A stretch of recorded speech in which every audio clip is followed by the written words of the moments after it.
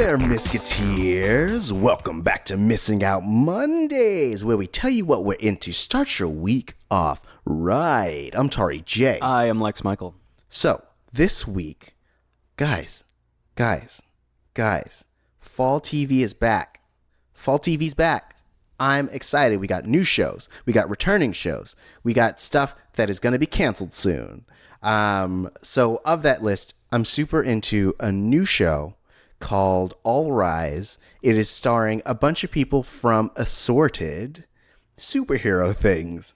So we have Simone Missick, who was Misty Knight in Luke Cage. It has Wilson Bethel, who was Bullseye in Daredevil Season 3. Yeah. Jessica Camacho, who was Gypsy in The Flash. Okay. Yeah. And we also I forget the name of the character, but it also has this character playing a bailiff who was from Travelers.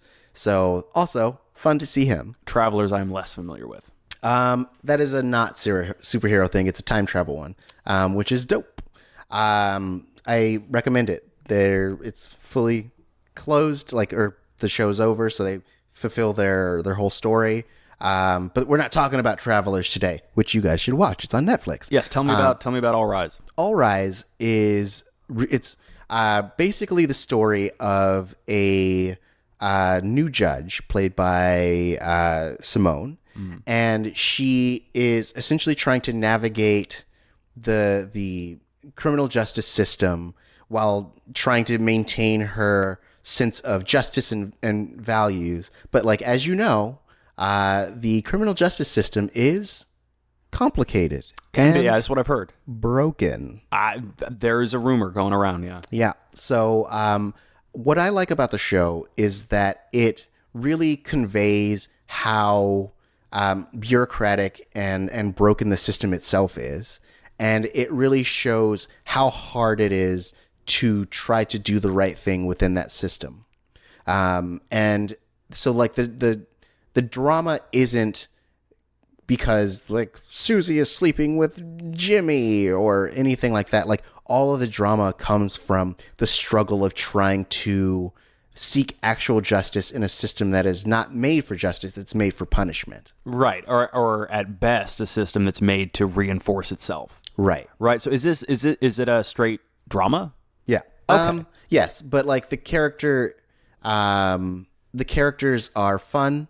They play off of each other pretty well. So there's a little bit of comedy in there as well. Okay, because I remember driving around and seeing billboards for the show, and just the color palette on the billboards made it look a little bit more comedic, a little lighter. Yeah, it's I would say that the character interactions are light, but the subject matter is a little more serious. So I think that I would say that there are 2 episodes out as of this recording, and I think that the pilot, they're still trying to figure out their tonal balance. Okay. The second episode, they're a lot better at really settling into how they're going to have these characters balance between those 2 things and where they need to be more serious and where they need to be a little bit more light.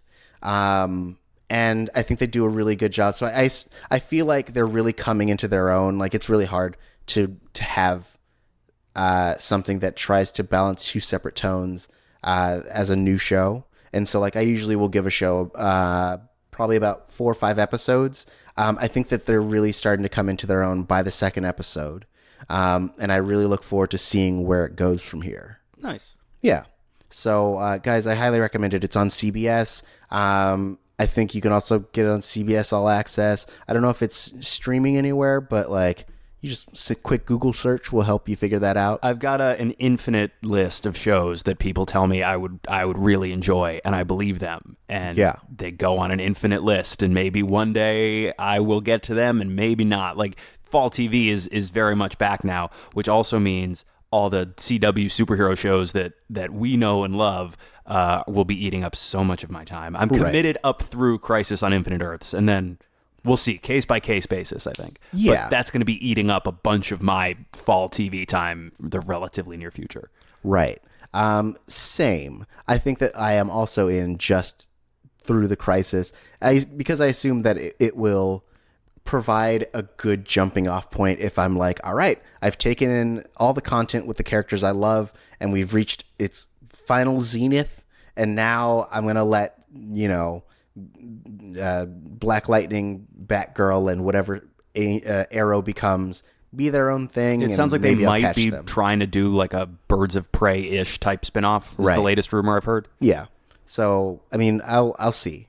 Yesterday, as of this recording, or as of you listening to this podcast, Batwoman has premiered. And Supergirl's back as well. Yeah. I don't know about you. It's hard just based on her appearance, Ruby Rose as Batwoman in Elseworlds. Based just on that, it's hard for me not to be excited a little bit about this show. Okay. Interesting. I thought it was going to go the other way. No, it's genuinely difficult for me not to get a little bit excited, because what they showed us in Elseworlds, the crossover from last year, was essentially, it had the potential to be the Batman show that I really want to see. Yeah. Just featuring Kate Kane and not Bruce Wayne. Right. Which I'm fine with that. Yeah. I feel like it will be, I think that based on the commercials that I've seen, it will have a little bit of levity to it. It'll be a little fun. She has kind of a quirky black sidekick, which I think will be interesting. So we'll see. It feels like it could be Arrow season 1-esque in that, like, you have your main character and you have their like fun tech friend, and then you have them being like, oh man, I'm gonna do some justice. The big difference, though, of course, being Arrow season 1, it seemed like they were really afraid of costumes, for example. Right. And I mean, y'all, you see how Batwoman dresses. Right. So I'm cautiously optimistic. That's where I'm at. Yeah. But what are you into? What am I things that I have already experienced, because as of this recording, I have not seen the first episode of Batwoman. So just recently, there was a documentary released called Memory, The Origins of Alien, which I got to check out, which is super cool. But I bring it up because it sent me back down an Alien rabbit hole. Okay. So I have the Alien anthology set on Blu-ray, which is multiple cuts of all 4 original movies, and then 2 additional discs of bonus stuff, which includes like 3-hour makings of for all 4. And then I've also got the individual 4K release of the original Alien, and I've got Prometheus and Alien Covenant. Okay. I love Alien Covenant. We'll talk about that one day. I feel like we've done like a pretty good deep dive on it. Well, we talked about the Prometheus script, the Alien Engineer script, right? Right. So we use that as a way to... Well, I just want another excuse to talk about. I really like that movie. I know. Fuck y'all. But part of my experiences traversing this rabbit hole this time around is that I finally used it as an excuse to check out the comic book version of William Gibson's Alien 3 script. William Gibson, author of Neuromancer and a number of other books, after Aliens, was one of a few writers trying to approach what the next movie would be. And this is based on his second draft. And the art's done by Johnny Christmas. And so I was excited to check it out because Aliens spends a bunch of time getting you to fall in love with the characters of Newt, the little girl, and also Hicks, played by the great Michael Biehn. Mm-hmm. Spoilers for Alien 3, for the opening seconds of Alien 3, all these characters that they spent the whole movie getting you to love, the movie that they made finally, Alien 3, opening seconds, like, oh, they're dead. Yeah. Oh, the thing crashed. They're dead now.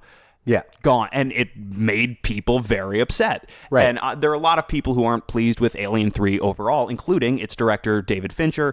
It was a notoriously difficult process birthing that thing. And it's not the most beloved Alien movie. So I was excited to go check out a version of what Alien 3 could be, where we actually retain characters like Newt, like Hicks, like Bishop.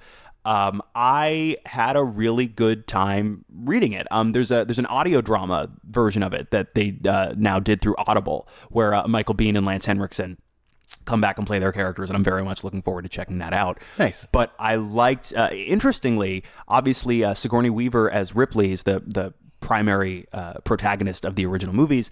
Obviously, they kill off all of your supporting cast from the previous movie, and it's very much a Ripley alone in this dude's prison colony. Yeah. Weird, scuzzy, rapey dude's prison colony.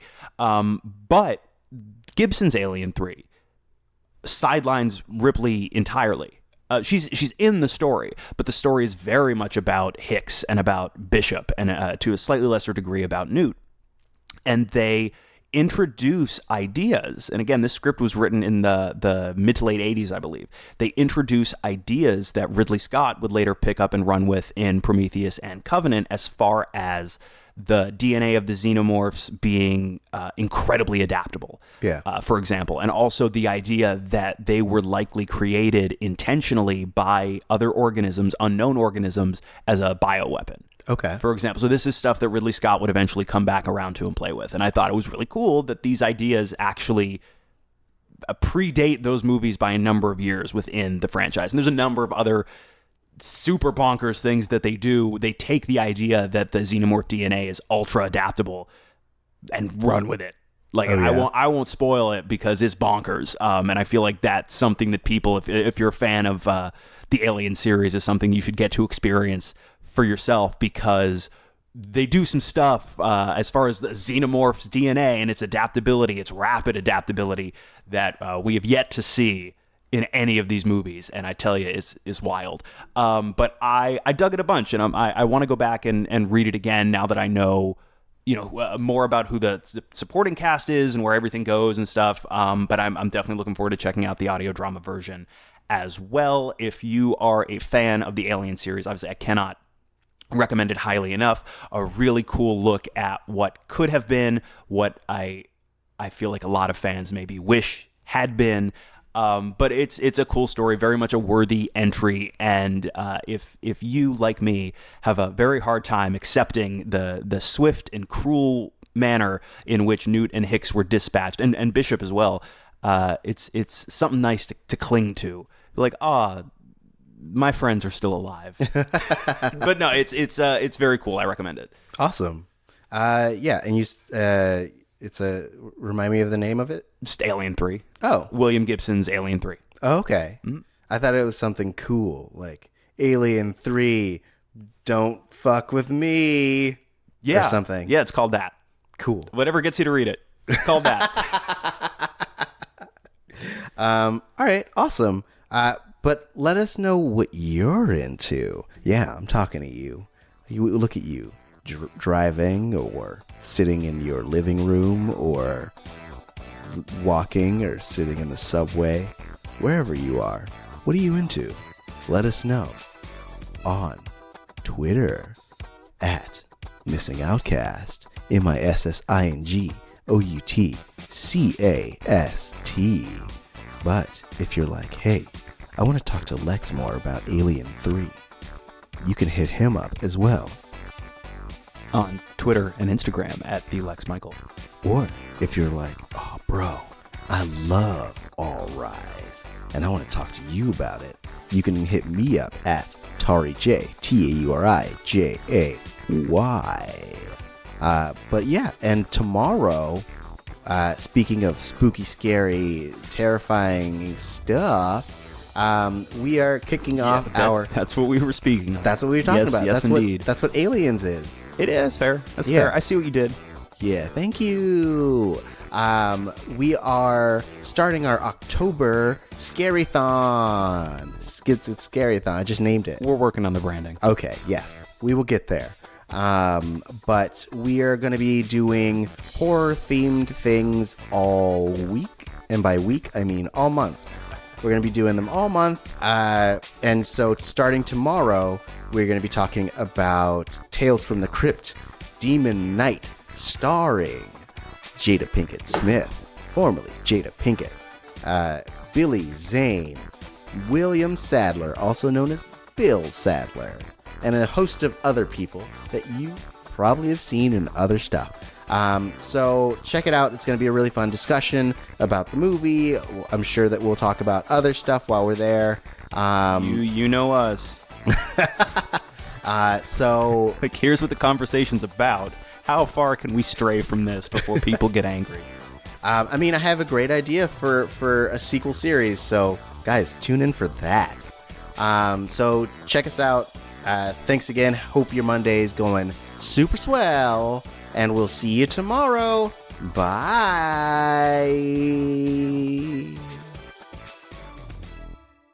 They can't see us waving, but they can feel it. They can hear it in our exasperated breaths.